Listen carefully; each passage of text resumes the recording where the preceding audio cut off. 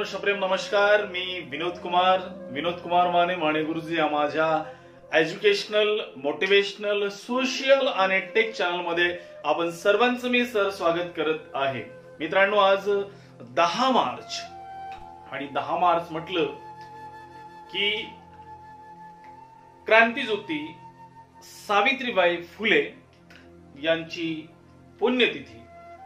आज त्यांचा स्मृती दिन आणि आजच्या स्मृती दिनानिमित्त क्रांतीज्योती सावित्रीबाई फुले यांच्या स्मृतींना माझे कोटी कोटी विनम्र अभिवादन.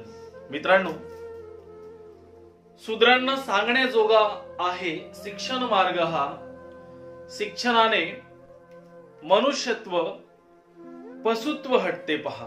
मित्रांनो, दुःखितांच्या, पीडितांच्या, शोषितांच्या, गुलामांच्या, बहुजनांच्या उद्धाराचा मार्ग या कडव्यातून सांगणाऱ्या कवयित्री आहेत तरी कोण, असा प्रश्न सुजाण वाचकाला पडणं अत्यंत निश्चित आहे. मित्रांनो, 2000 दुःख नष्ट करण्याचा मार्ग सांगणाऱ्या या कवयित्री म्हणजे भारतातील पहिल्या महिला शिक्षिका, मुख्याध्यापिका, स्वतःच्या आरोग्याची, परिवाराची तमा न बाळगता दुसऱ्याच्या दुःखात सहभागी होणाऱ्या आंधळ्याची काठी, कर्मठशाहीच्या प्रचंड विरोधक, करुणेचा सागर, ममतेचा पाझर, आरोग्याची दाई आणि तुम्हा आम्हा सर्वांची माई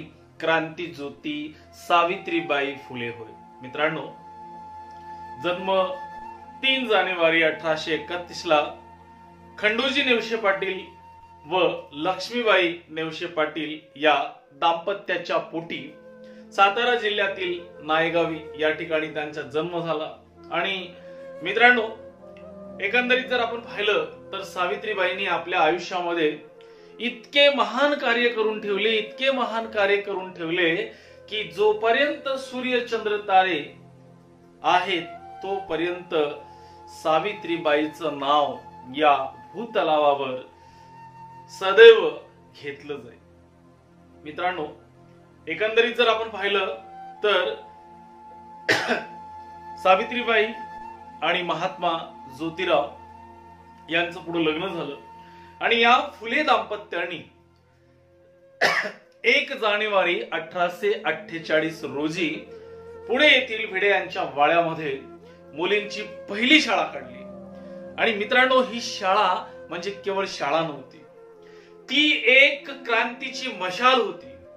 स्वातंत्र्याची, शोषिकांच्या छाताडावर आग लावल्याची या मशालीने हजारो वर्षापासून गुलामीमध्ये, अंधारामध्ये खितपत पडलेल्या महिलांना, मुलींना प्रकाशाची वाट दाखवली. आणि एवढंच नाही तर गुलामीची सनद असलेले ग्रंथांना मुळापासून जाळून टाकले.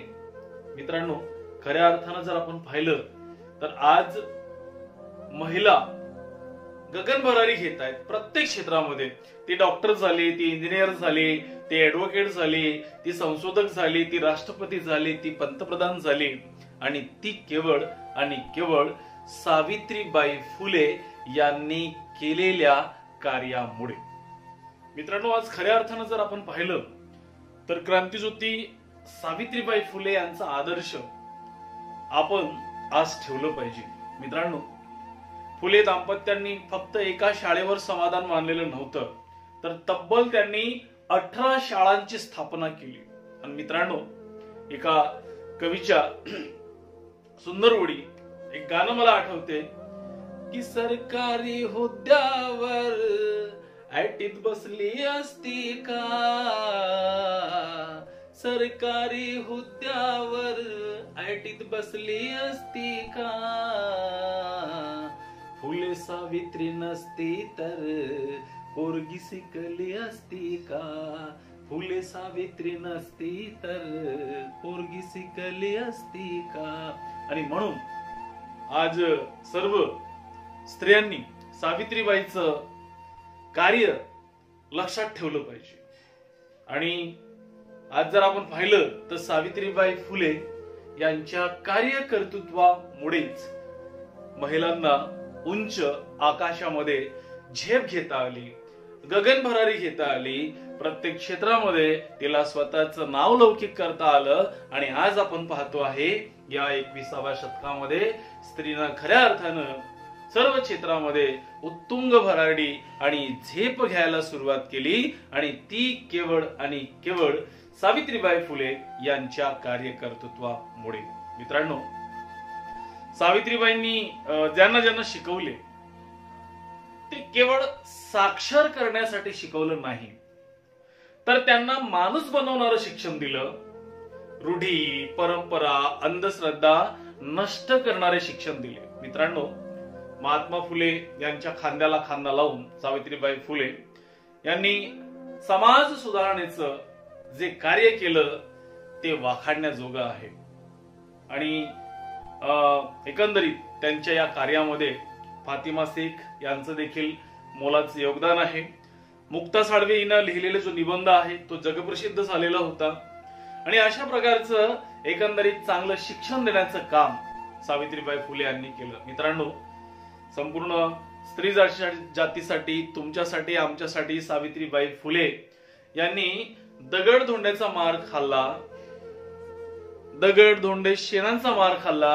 आणि या स्त्रीला शिकवण्याचं व्रत तिनं जे घेतलेलं होतं आणि त्यापर्यंत ते पोहोचवण्यासाठी ती यशस्वी झाली. आणि आज पाहतो आहे, आज आपण सावित्रीबाई फुले यांनी केलेल्या कार्यामुळेच आज स्त्री प्रत्येक क्षेत्रामध्ये ती स्वतःचं नाव लौकिक करत आहे. मित्रांनो, सावित्रीबाई ही संपूर्ण स्त्री जातीची उद्धार करते, स्त्री मुक्तीची प्रणेती, वंचिताच्या शिक्षणाची मशाल, एक आदर्श शिक्षिका, उत्तम कवयित्री, उत्तम मुख्याध्यापिका, विद्येची आधुनिक देवता, क्रांतीज्योती. खऱ्या अर्थानं ती क्रांतीज्योती ठरलेली आहे. मित्रांनो, सावित्रीबाई फुले असं म्हणतात की विद्या हे धन आहे रे, श्रेष्ठ साऱ्या धनाहून तिच्या साठा जयापाशी, ज्ञानी तो मानती जन. आणि खऱ्या अर्थानं मित्रांनो, आज जर आपण पाहिलं तर डॉक्टर बाबासाहेब आंबेडकरांनी म्हटलेलं होतं की शिक्षणाशिवाय तरुणोपाय नाही. आणि म्हणूनच आज जर आपण पाहिलं तर शिक्षणाचा, ज्ञानाचा साठा ज्याच्या पाशी असेल तो सर्वात विद्वान व्यक्ती म्हणून गणला जातो. मित्रांनो, अशा या महान कार्यकर्तृत्वाची मशाल असणाऱ्या क्रांतीज्योती सावित्रीबाई फुले यांचं 10 मार्च 1897 ला वयाच्या 66व्या वर्षी निधन झालं. अशा या महान क्रांतीज्योती सावित्रीबाई फुले यांना मी विनम्र अभिवादन करतो. जय महाराष्ट्र.